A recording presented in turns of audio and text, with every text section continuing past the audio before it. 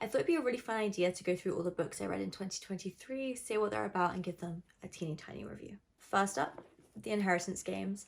I was really looking forward to this book, but honestly I was kind of disappointed by it. So this is about a girl who basically finds out that she's inherited like billions of dollars from this guy who died, and she moves into his big mansion with all of his family, and they basically have lost their inheritance because it's gone to her, and it has loads of like little mysteries and games. The plot sounded so intriguing, which I think is another reason I was kind of let down. I felt that the romance was like not really for me. It wasn't very believable, and I found a lot of the dialogue to be pretty cringe. This book just overall felt a bit too young for me, and I was really looking forward to it. I think maybe because of all the hype that led to me being a bit disappointed. Next, I read Daisy Jones and the Six. This is about a band that got together in the 70s, and it's about their rise and their fall. My only complaint is that I wish it had been longer and there'd been more after the band broke up. It kind of just abruptly ends, and I wanted more. I love these characters so much, and I wanted to see where they went and what happened. Next, I started reading Loath to Love You. This is a bind-up of 3 separate novellas from Ali Hazelwood. So there's Under One Roof, Stuck With You, and Below Zero. I didn't read these all together. I kind of sprinkled them throughout the year, but I did really enjoy these, and I wish there was more of this kind of out there, because each one is around 100 pages, so it's a really fun little quick read. I think I gave all of them around 3 stars. I think Stuck With You is my favourite, and Below Zero was definitely my least favourite, but would recommend if you want something quick. Then I read Killjoy, which is a prequel novella to A Good Girl's Guide to Murder. I really liked this. It wasn't anything like too special, but it was fun to like see Pip again. It's set as a murder mystery party that Pip's invited to, and it takes place obviously before the events of the main series. Definitely not a necessary read, but if you like the series, you'll like this too. And then following on from that, I decided to read Five Survive, which was Holly Jackson's newest release at the time. I love this. I gave this 5 stars at the time, but I did lower it to a 4 stars after thinking on it for a little bit.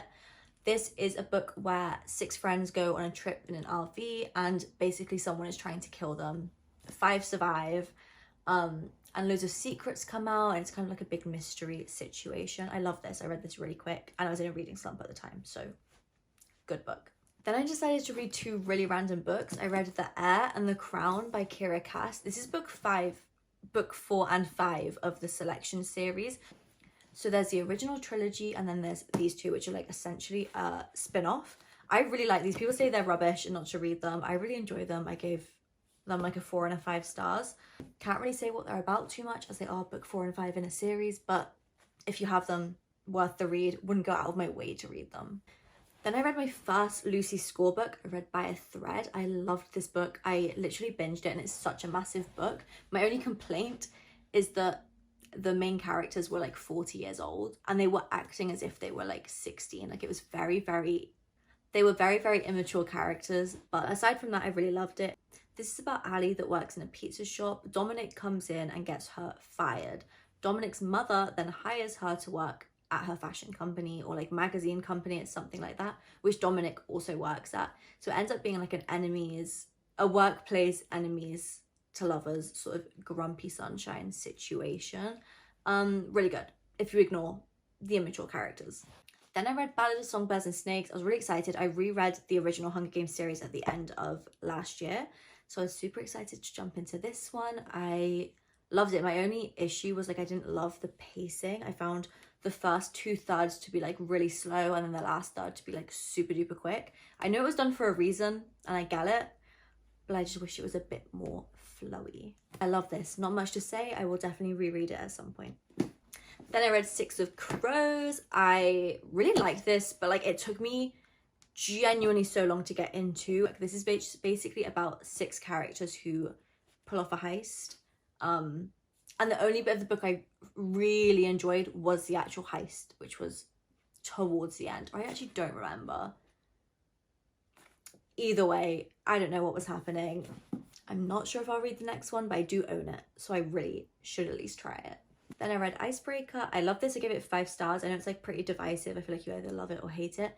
I think the reason I loved it is because I really hadn't read much romance up till this point. So for me, it did the job. It was good. I liked it. This book is about Anastasia and Nate. Anastasia is a ice skater, figure skater, and Nate is a hockey player. They have a romance. Then I read one of my favorite books of the year, Better Than the Movies. I've not seen a single person hate this book. Like, this book is unhateable. So this one is about Liz, who lives next door to Wes. But Liz has a crush on a guy named Michael, so she enlists Wes to help her get Michael. And I really, really, really loved it. I think I read this in literally like 3 hours. Like, I couldn't put it down. Then I read The Unhoneymooners. I actually read this in one sitting. I was genuinely thoroughly enjoying it up until the like third act conflict. I don't even remember it. I've genuinely blocked this book out. I do not remember it. I actually don't really remember what it's about. So in this book, Olive is at her sister's wedding. Everybody at the wedding gets food poisoning apart from Olive and whoever the guy is, Ethan. And they end up having to go on the honeymoon because no one else can go. And it's a really cute premise. I really liked it. The third act conflict was so awful and it made the guy so unredeemable for me. I've never had that happen with a romance book before, but I genuinely hated him. It made me hate her. It made me hate everyone. I hated everyone. This could have been good, but it wasn't. Then I read one of my other favorite books of the year, Normal People. This is definitely a divisive book. This is either a 5-star or a 1-star book, and 5 stars. Loved it. So good. Like, I cannot explain how I feel about this book. I feel like it's so popular, but this is about Marianne and Connell, and it's kind of a romance, but like not. Like, it's a heartbreaking romance. I just feel like I can't even explain what this book is about. You just have to read it and see. Then I read another Lynn Painter book. I read The Do-Over. I really like this one. I feel like I have the same opinion as a lot of people. It's not as good as Better Than the Movies, but it's still a solidly good book. This is like a Groundhog Day trope. So this book is set on Valentine's Day, but Valentine's Day keeps repeating over and over and over again, and it keeps being kind of a disaster. I really love this. I love the romance. The only issue is obviously because of the premise, there's really not much depth in the relationship because they know each other for one day. It's just the day is repeating. Then I read one of my least favorite books of the year, which was Haunting Adeline.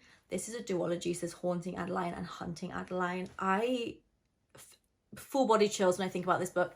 This book was traumatizing. I don't know how I finished it. I definitely skimmed it to finish it. It's really long. It's on Kindle Unlimited. It's essentially a romance about a stalker. It's a stalker romance, and I somehow thought it would still end up being cute. It is not cute. It is traumatizing.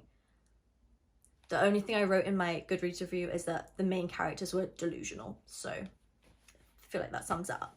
And then I read, I think, my first thriller of the year, which was Then She Was Gone by Lisa Jewell. I loved this book. Don't get me wrong, this was very predictable. Like, it was easy to figure out what was going on, but I still gave it 5 stars, which I never do if something's predictable. I just love this book. I love Lisa Jewell's writing. I think it's just so easy to digest, but it also does keep you kind of on your toes. This is about a woman whose 15-year-old daughter goes missing, and then like 10 years later she starts dating this guy who has a 9-year-old daughter, and that daughter looks exactly like her daughter did. So it's like this whole mystery of like what's going on. Things get real freaky. I really liked it. And then after that I read Rock Paper Scissors by Alice Feeney, another thriller. I'd heard really, really, really good things about this. I feel like there's something in this book. This is about, I actually can't remember, so I have to read the back.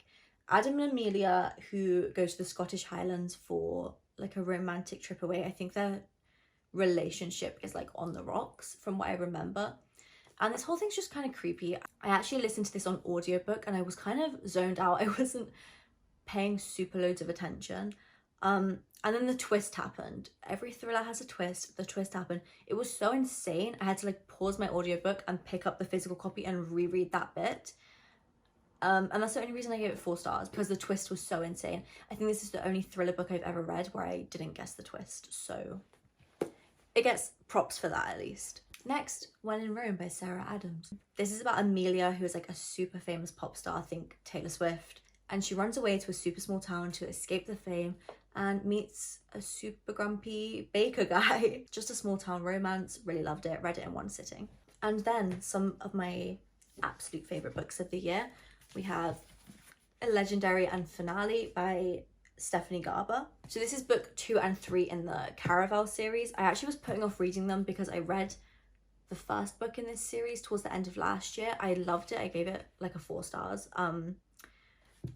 And I went to read this one straight after and I found out it was from Donatella's perspective. So if you don't know, Caraval is about two sisters, Scarlett and Donatella, and there's this whole thing called Caraval. It's hard to explain, kind of like a magical circus vibe. And the first book is from Scarlett's perspective, and I really did not like Donatella in that book. So I found out this book was from Donatella's perspective.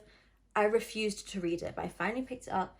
I'm so glad I did, because Donatella became my absolute favorite, like one of my favorite characters in any book ever. So I read these one after the other, and they both 5 stars. Loved them.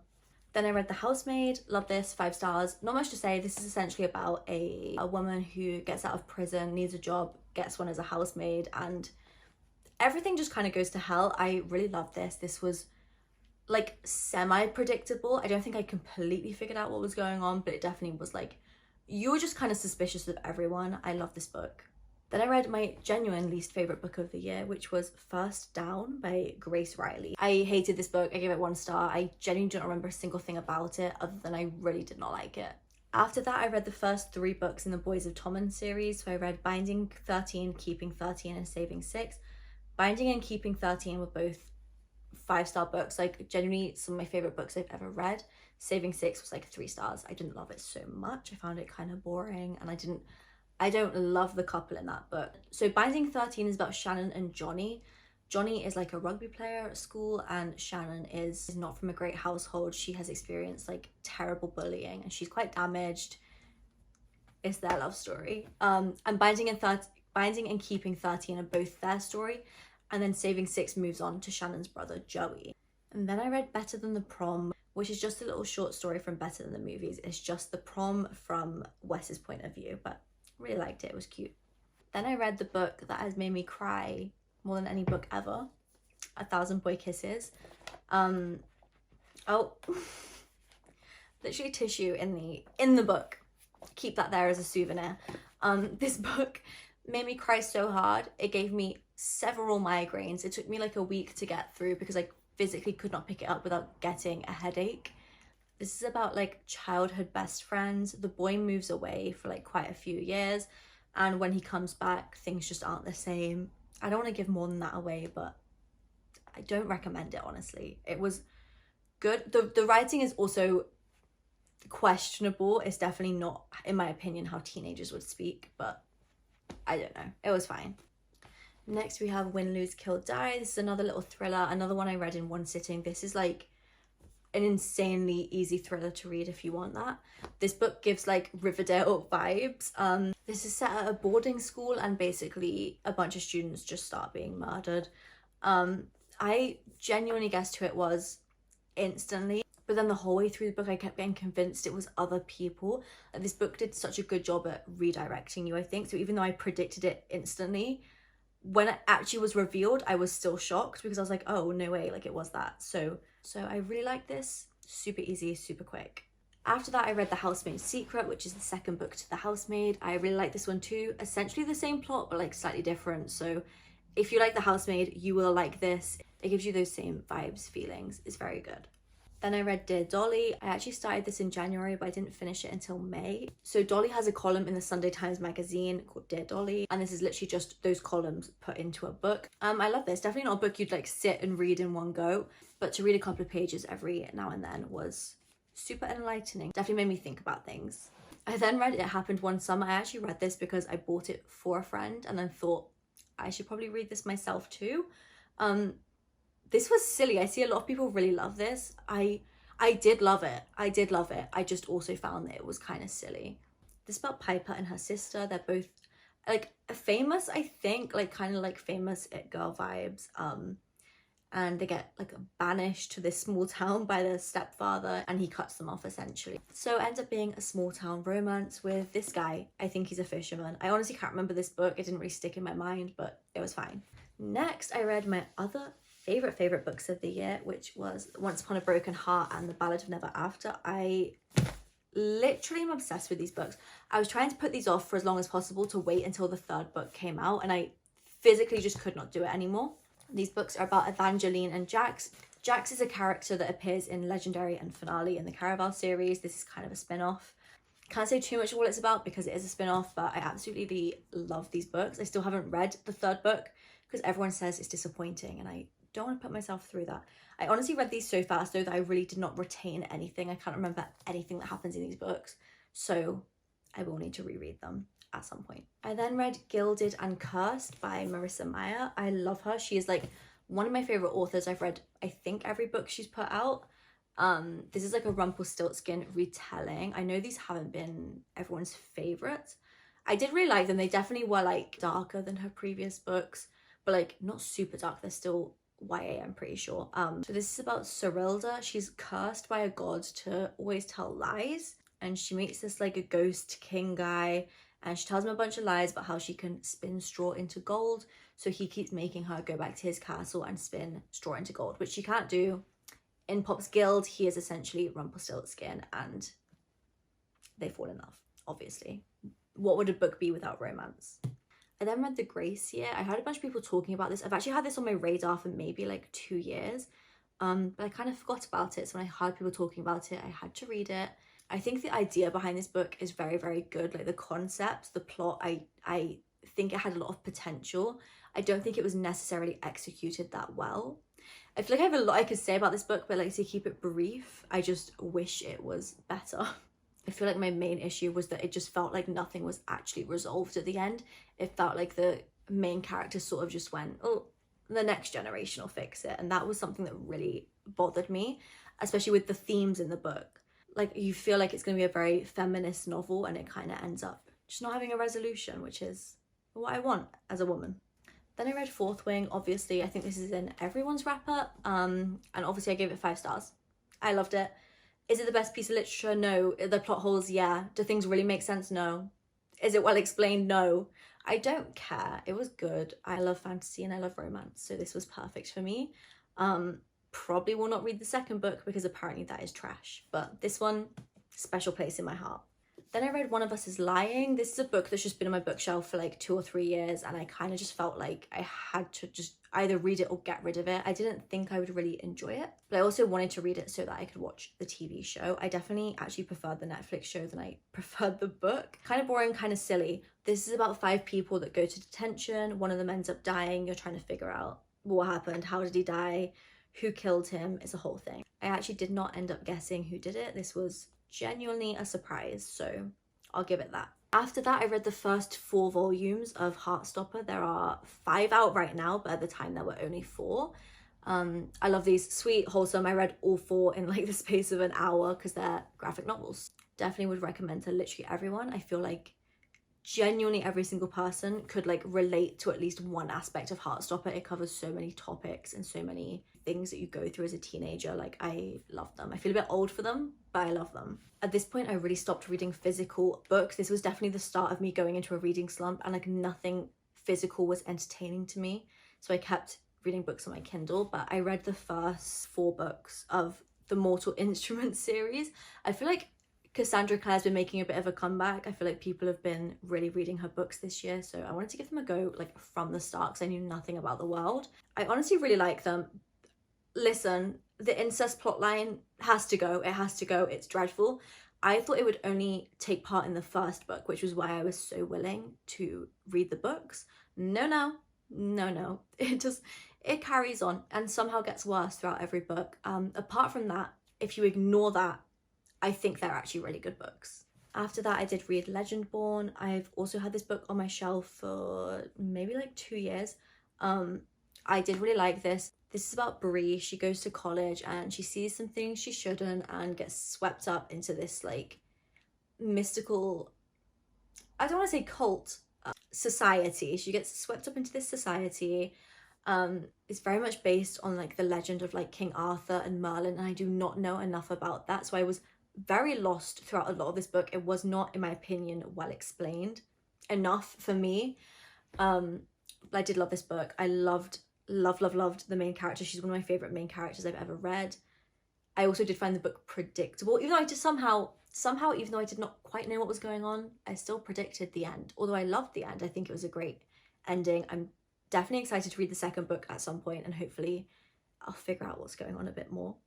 After that, I read Invisible Girl. This is another Lisa Jewell book. I also really like this one. It definitely wasn't as good as Then She Was Gone, but I still liked it nonetheless. This is about Sapphire, who goes missing, and this man Owen is getting the blame, but it's also set from like another family's point of view. You get a lot of different points of view, and this whole drama that like the town is invested in trying to figure out what's gone on. Basically, it's hard to explain. It's a good little thriller, a good little mystery.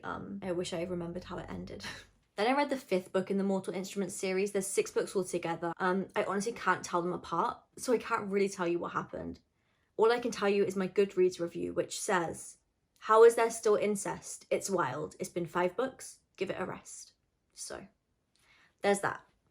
After that, I just kept starting new series for some reason. I started the Stalking Jack the Ripper series. I read the first 2 books. I love these. I think they are so silly. The first book is a Jack the Ripper retelling. Essentially, it's about what's her name? Audrey Rose is basically interning at her uncle's lab to like do like forensic medicine, like, you know, cutting up the dead people and figuring out what's going on. She's not meant to because she's a girl, obviously, and it's not proper. And Thomas is also interning, and that's when the Jack the Ripper murders start, and it's them going around being crazy trying to figure out what's going on. The second book gets really silly. It's called Hunting Prince Dracula, and they're trying to figure out who's the vampire killing people. Love both of these books. Genuinely so silly. I do need to finish this series. For some reason, I didn't right now. Then, starting a new series, I started The Naturals. This is by Jennifer Lynn Barnes. I wanted to give her another chance. I read the first 3 books. I think there's 4 or 5 books in the series. Again, did not finish it. I just read the first 3.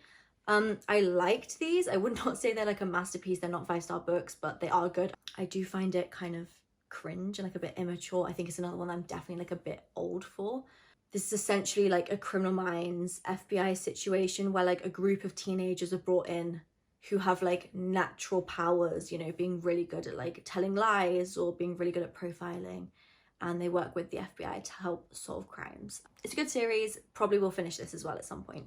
Then I read Red, White and Royal Blue. I was expecting to love this. I read this literally like the day before the movie came out, and I struggled. I gave it 2 stars. I don't know if it's because I'm English and American politics goes like right over my head, but I did not know what was going on. I could not cope. Definitely not a favorite book. Love the main couple though. Anytime the main couple were just together and it was just the romance, I was obsessed. I was actually giggling. I loved it. I just could not deal with the politics, and I like politics, just not American politics. At this point, I was deeply in a reading slump. It was around September, and I kind of thought the only way to get me out of a reading slump would be to read like a really crazy book. So I read Tender is the Flesh. All I knew about this book going into it is it was about cannibalism. It was somehow way worse than I imagined, but I loved this book. I gave it 4 stars, but like on reflection, it's definitely a 5-star book. I read it in September and it's January, and I have not stopped thinking about it. This is basically set in a world where all of the meat and the animals got contaminated. They had to like eradicate every animal, and so for their source of food, they decided to start eating humans. So humans are essentially raised as animals, and it's super graphic, super gruesome. This is about a guy who works at one of these like processing plants, and yeah, this is just such a hard book to explain without spoiling things, but I feel like it just really makes you feel genuinely sick. You can't stop reading. It makes you like evaluate your entire life afterwards. Like, it's just, I feel like I need to go like save a bunch of cows or something. After that, I read The Inmate by Frida McFadden. I really liked this. I don't quite remember it. I wouldn't say it's as good as The Housemaid, but it was fine. It's about a woman working in a prison, and one of the inmates is her ex-boyfriend from like high school that tried to kill her. This book is just like a whirlwind. You never know who's telling the truth. You never know what's going on. This is one of the few books I've read where I genuinely hated the main character. I think she made 1,000 stupid decisions, and she has a child, and I feel like she really did not want that child to survive till the end. She was putting him in all sorts of danger. So this was a struggle to read, entertaining though nonetheless. The last physical book I read this year was Wildfire. I was so excited for this. If you recall, I gave Icebreaker 5 stars. This, again, I was in such a reading slump at this point. The first half I like sped through, and then I did not pick it up for like over a week, and I just struggled to get back into it. Usually I would have DNF'd a book at that point, but I powered through and I finished it. I think my main issue with this is it was basically insta-love, which I never thought I would have an issue with, but I did. It just made it very boring when they were both so obviously in love with each other from like the second they met. It was cute at first, but it got boring pretty quick. Then I started another new series. I started the Zodiac Academy. I read the first 4 books, really actually enjoyed them, but each book was getting worse for me. The last book, the 4th book, put me off reading the series. Essentially, this is about 2 twins, Gemini twins, and they find out that they're Fae. They get transported to this like magical Fae boarding school, and they're like, hey, you're princesses, amazing. And to claim their inheritance, they just have to like graduate school. They're like, how, this is so easy, this is amazing. Ends up being a bully romance. They're like so violently bullied, it's horrendous. They are like tortured, but it's a very entertaining book series. I think it's like 9 books long, so I'm not sure I'll finish it, but it really helped get me through my little reading slump. Around this time, I was listening to the Harry Potter audiobooks. I was listening to book 5 and book 6. I started listening to this whole series like 2 years ago, took a massive break, came back for book 5 and book 6. Nothing much to say, it's Harry Potter, I enjoy them. I then read Addicted to You. My friend has been bugging me to read this series for like a year, 2 years. I don't even know, it's her favorite series. I read the first book, I struggled through it. I really struggled through it. It's just not my type of book, I don't think. It's not my type of characters. I didn't love it. However, I am going to try push through for her. And then the last book I read in 2023 was Heartstopper Volume 5. I think it came out at some point in December, so I read this and I liked it. It was definitely my least favorite one out of the 5, but I think that's partly due to just me getting older, and I just feel like I'm maybe a bit too grown for it now. But no matter what, it's very cute and I really love it. And like I said, there's something for everyone in it. Thanks for listening to me talk about the books I read in 2023. I hope you enjoyed.